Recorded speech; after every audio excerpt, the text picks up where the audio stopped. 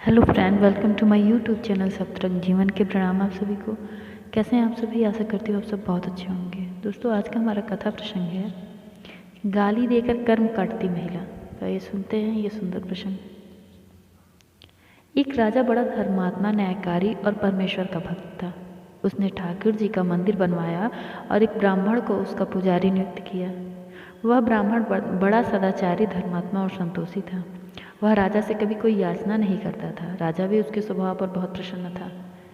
उसे राजा के मंदिर में पूजा करते हुए 20 वर्ष गुजर गए। उसने कभी भी राजा से किसी भी प्रकार का कोई प्रश्न नहीं किया।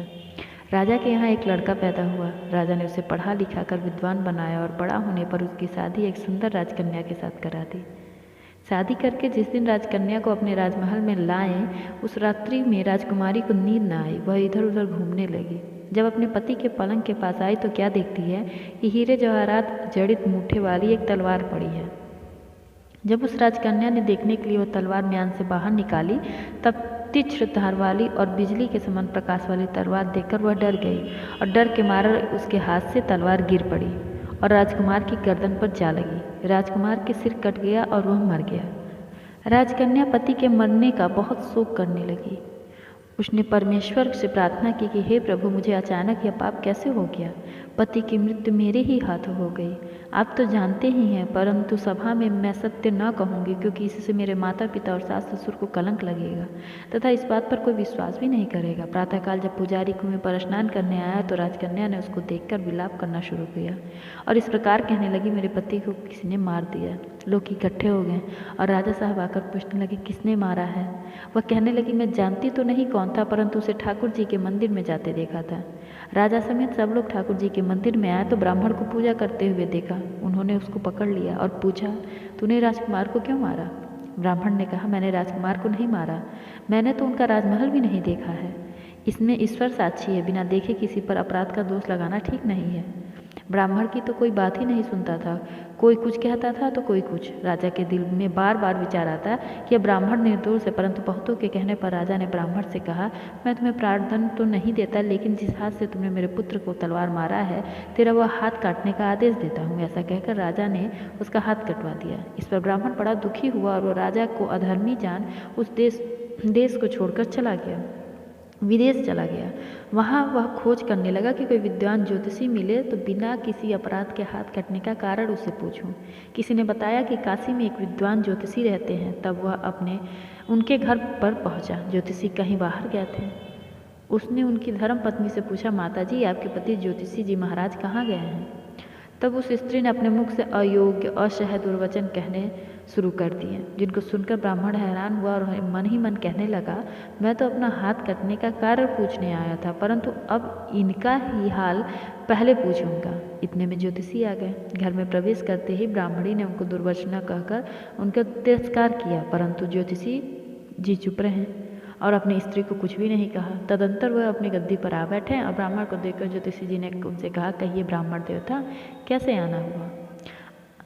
आया तो था अपने बारे में पूछने के लिए, परंतु पहले आप अपना हाल बताइए कि आपकी पत्नी अपनी जुबान से आपको इतना तिरस्कार क्यों करती हैं, जो किसी से भी नहीं सहा जाता और आप सहन कर लेते हैं। इसका कारण क्या है? यह मेरी स्त्री नहीं, मेरा कर्म है। दुनिया में जिसको भी देखते हो, अर्थात भाई, पुत्र, शिष्य, पिता, गुरु संबंधी जो कुछ भी है, सब अपना कर्म ही है। यह स्त्री नहीं, मेरा किया हुआ कर्म ही है और यह भोगे बिना कटेगा नहीं।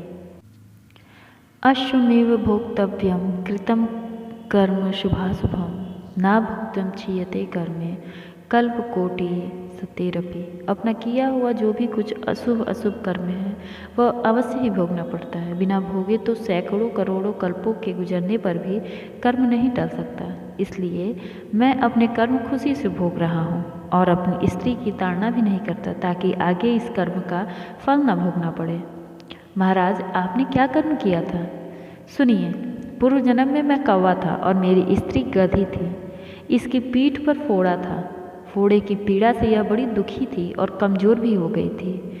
मेरा स्वभाव बड़ा दुष्ट था, इसलिए मैं इसके फोड़े को चोट से मारकर इसे ज़्यादा दुखी करता था। जब दर्द के कारण यह कूदती थी तो इसकी फजीहत देखकर मैं खुश होता था। मेरे डर के कारण यह सहसा बाहर नहीं निकलती थी, किंतु मैं इसको ढूंढता फिरता था। यह जहाँ मिले वहीं इसे दुखी करता था। आखिर मेरे द्वारा बहुत सताए जाने पर त्रस्त होकर यह गांव से 10-12 मील दूर जंगल में चली गई। वहाँ गंगा जी के किनारे सघन वन में हरा हरा घास खाकर और मेरी चोटों से बचकर सुखपूर्वक रहने लगी। लेकिन मैं इसके बिना नहीं रह सकता था। इसको ढूंढते ढूंढते मैं उसी वन में जा पहुंचा और वहां इसे देखते ही मैं इसकी पीठ पर जोर से चोंच मारी तो मेरी चोंच इसकी हड्डी में चुभ गई। इस पर इसने अनेक प्रयास किए, फिर भी चोंच न छूटी। मैंने भी चोंच निकालने का बड़ा प्रयत्न किया, मगर न निकली। पानी के भय से यह दुष्ट मुझे छोड़ेगा ऐसा सोचकर यह गंगा जी में प्रवेश कर गई, परंतु वहाँ भी मैं अपनी चोंच निकाल न पाया। आखिर में यह बड़े प्रवाह में प्रवेश कर गई। गंगा का प्रवाह तेज होने के कारण हम दोनों बह गए और बीच में ही मर गए। तब गंगा जी के प्रभाव से यह तो ब्राह्मणी बनी और मैं बड़ा ही भारी ज्योतिषी बना। अब वही मेरी स्त्री हुई जो मेरे मरण पर्यंत अपने मुख से गाली निकालकर मुझसे दुख देगी, और मैं भी अपने पूर्व कर्मों का फल समझकर सहन करता रहूँगा। इसका दोष नहीं मानूंगा, क्योंकि यह किए हुए कर्मों का ही फल है, इसलिए मैं शांत रहता हूँ। अब अपना प्रश्न पूछो। ब्राह्मण ने अपना सब समाचार सुनाया और पूछा, अधर्मी पापी राजा ने मुझे निरपराध का हाथ क्यों कटवाया? ज्योतिषी, राजा ने आपका हाथ नहीं कटवाया, आपके कर्म ने ही आपका हाथ कटवाया। किस प्रकार? पूर्व जन्म में आप एक तपस्वी थे और राजकन्या गौ थी तथा राजकुमार कसाई था। वह कसाई जब गौ को मारने लगा तब गौ बेचारी जान बचाकर आपके सामने से जंगल में भाग गई। पीछे से कसाई आया, आपसे पूछा, इधर कोई गाय तो नहीं गई है? आपने प्रण कर रखा था कि झूठ नहीं बोलूँगा, अतः जिस तरफ गौ गई थी उस तरफ आपने हाथ से इशारा किया तो उस कसाई ने जाकर गौ को मार डाला। गंगा के किनारे उस लड़की की चमड़ी निकाल रहा था, इतने में उसे जंगल से शेर आया और गौ एवं कसाई दोनों को खाकर गंगा जी के किनारे ही उनकी हड्डियां उसमें बह गईं। गंगा जी के प्रताप से कसाई राजकुमार और गौ को राजकन्या का जन्म मिला एवं पूर्व जन्म के किए हुए उस कर्म ने एक रात्रि के लिए उन दोनों को इकट्ठा किया, क्योंकि कसाई ने गौ को हंसिए से मारा था। इसी कारण राजकन्या के हाथों से अनायास ही तलवार गिरने से राजकुमार का सिर कट गया और वह मर गया। इस तरह अपना फल देकर कर्म निवृत्त हो गया। तुमने जो हाथ का इशारा रूप कर्म किया था उस पाप कर्म से तुम्हारा हाथ कटवा दिया गया। इसमें तुम्हारा ही दोष है, किसी अन्य का नहीं। ऐसा निश्चय कर सुखपूर्वक रहो। कितना सहज है ज्ञान संयुक्त जीवन। यदि हम इस कर्म सिद्धांत को मान लें और जान लें तो पूर्वकृत घोर से घोर कर्म का फल भोगते हुए भी हम दुखी नहीं होंगे, बल्कि अपने चित्त की समता बनाए रखने में सफल होंगे। भगवान श्री कृष्ण ने इस समत्व के अभ्यास को ही समत्व बोध कहते हैं, जिसमें दृढ़ स्थिति पा लेने से मनुष्य कर्म बंधन से मुक्त हो जाता है। तो दोस्तों, आशा करती हूँ सुंदर सा प्रसंग आपको पसंद आएगा। अगर पसंद आया तो कमेंट सेक्शन में कमेंट करके जरूर बताएं। Thank you for watching my video on my YouTube channel. Keep smiling. Please like share and subscribe my channel. मेरी और भी ऐसी वीडियोज़ के लिए बने रहिए मेरे चैनल सतरंग जीवन के साथ।